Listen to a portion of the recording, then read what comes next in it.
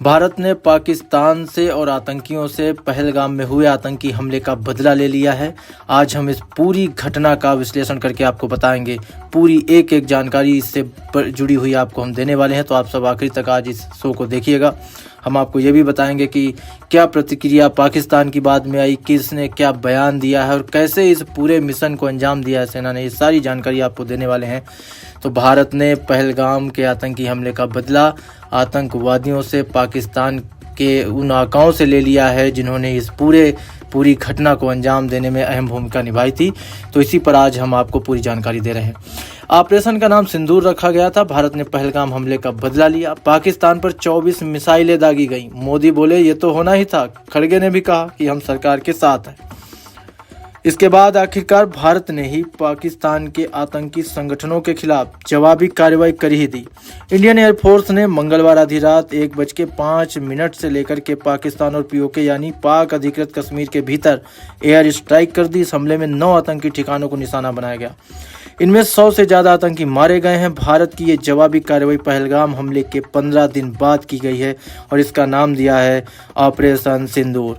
ये नाम उन महिलाओं को समर्पित है जिनके पतियों की पहलगाम में 22 अप्रैल को आतंकियों ने जान ले ली थी। रिपोर्ट्स के मुताबिक कैबिनेट बैठक में पीएम मोदी ने ऑपरेशन सिंदूर के लिए तीनों सेनाओं की तारीफ भी की। ऑपरेशन सिंदूर पर कहा कि ये नया भारत है, पूरा देश हमारी ओर देख रहा था, ये तो होना ही था। पाकिस्तान के inter services public relations ISPR के डायरेक्टर लेफ्टिनेंट जनरल अहमद शरीफ चौधरी ने कहा भारत ने 24 मिसाइलें दागी हैं। वहीं न्यूज एजेंसी ANI के सूत्रों की माने तो बताया कि पीएम मोदी ऑपरेशन सिंदूर को पूरी रात खुद मॉनिटर कर रहे थे। सेना ने एयर स्ट्राइक के 9:30 बाद सुबह 10:30 बजे प्रेस कॉन्फ्रेंस भी की। इसमें विदेश सचिव विक्रम मिस्री और आर्मी की कर्नल सोफिया कुरैशी और एयरफोर्स से विंग कमांडर व्योमिका सिंह ने ऑपरेशन के बारे में जानकारी दी। सबसे पहले एयर स्ट्राइक का 2 मिनट का वीडियो प्ले किया गया। इसमें आतंकी ठिकानों पर भारतीय सेना की कार्रवाई दिखाई गई है। क्योंकि कुछ लोग बाद में सबूत मांगने लगते हैं, इसलिए पहले ही सेना ने इस बार वीडियो भी दिखा दिया है। कर्नल सोफिया कुरैशी और विंग कमांडर व्योमिका सिंह ने बताया कि रात 1:05 से 1:30 बजे के बीच ऑपरेशन हुआ। 25 मिनट में पाकिस्तान और पीओके में 9 टारगेट पहचाने गए थे। इन्हें हमने तबाह कर दिया है। Launch pad training centres target किए गए हैं। पीओके में मुजफ्फराबाद स्थित लश्कर के सवाई नाला ट्रेनिंग सेंटर को सबसे पहले निशाना बनाया गया। सोनमर्ग, गुलमर्ग और पहलगाम हमले के आतंकियों ने यहीं पर ट्रेनिंग ली थी। मुजफ्फराबाद का सैदाना बिलाल कैंप, यहाँ हथियार विस्फोटक और जंगल सर्वाइवल की ट्रेनिंग दी जाती थी। कोटली का लश्कर का गुरपुर कैंप, पुंछ में 2023 में श्रद्धालुओं पर हमला करने वाले आतंकी यहीं पर ट्रेंड किए गए थे। वहीं भिम्बर का बरनाला कैंप, यहाँ हथियार चलाना सिखाया जाता है। कोटली का बास कैंप यह LOC से 13 किलोमीटर दूर है, यहाँ फिदायीन तैयार किए जाते हैं। वहीं सियालकोट का सर्जल कैंप, मार्च 2025 में पुलिस जवानों की हत्या के आतंकवादियों को यहीं ट्रेन किया गया था। वहीं सियालकोट का हिजबुल महमूना जाया कैंप, पठानकोट हमला यहीं पर प्लान हुआ था। मुरीदके का मरकज तैयबा कैंप, अजमल कसाब और डेविड कोलमैन हेडली यहीं पर ट्रेन हुए थे। मस्जिद सुभान अल्लाह बहावलपुर जैश का हेडक्वार्टर था, यहाँ रिक्रूटमेंट ट्रेनिंग दी जाती थी। बड़े अफसर यहीं पर आते थे। कहने का मतलब यह है कि अब तक जितने भी बड़े आघात भारत पर किए गए हैं उन सभी का बदला इस बार बड़ी स्ट्राइक में लिया गया है। 9 बड़े ठिकानों पर जो है स्ट्राइक की है भारतीय सेना ने और 100 से अधिक आतंकियों को मार गिराया गया है।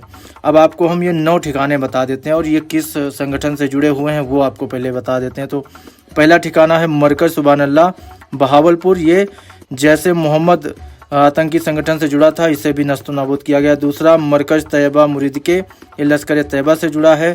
सरजल तेहरा तीसरा कला जैसे मोहम्मद से जुड़ा है। चौथा महमूना जोया सियालकोट, ये हिजबुल मुजाहिदीन से जुड़ा हुआ है।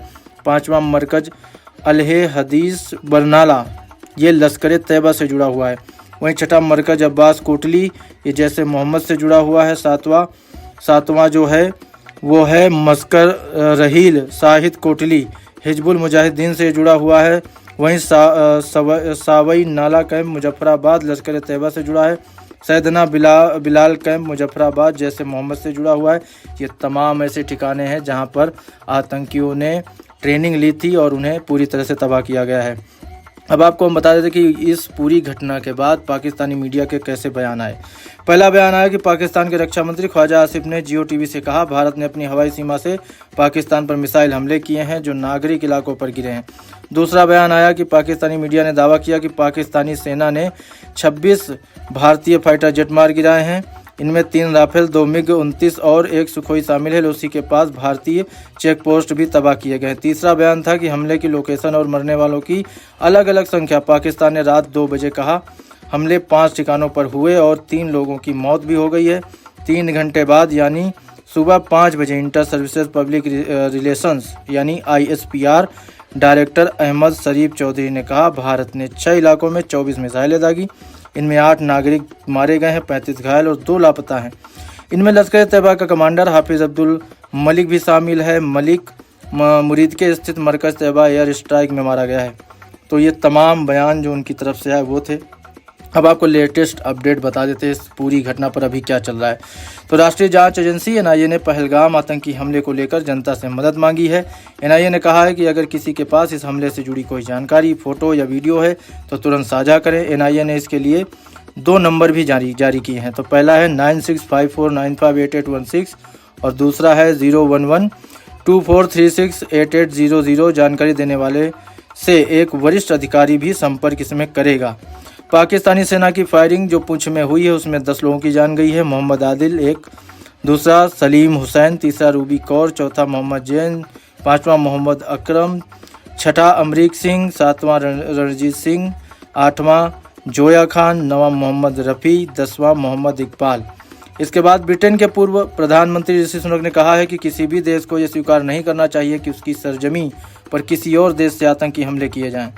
सुनक ने भारत के जवाबी हमलों को सही ठहराते हुए कहा, भारत का आतंकियों के ढांचे पर हमला करना पूरी तरह जायज है। आतंकियों को बख्शा नहीं जाना चाहिए। पाकिस्तान के प्रधानमंत्री शहबाज शरीफ की अध्यक्षता में हुई राष्ट्रीय सुरक्षा समिति की बैठक में भारत के हमले को पाकिस्तान की संप्रभुता का उल्लंघन करार दिया गया। शहबाज ने कहा, इस कार्रवाई से भारत ने हमें युद्ध के लिए उकसाया है। बैठक में सेना प्रमुखों, ISI चीफ और कई केंद्रीय मंत्रियों ने भी हिस्सा लिया था। वहीं रक्षा मंत्री भारत के जो राजनाथ सिंह हैं, उन्होंने कहा है कि एक तरीके से देखा जाए तो हम कह सकते हैं कि यह एक तरह से सटीकता और मानवीयता हमारे जवानों ने दिखाई है। मैं सेना को साधुवाद देता हूं।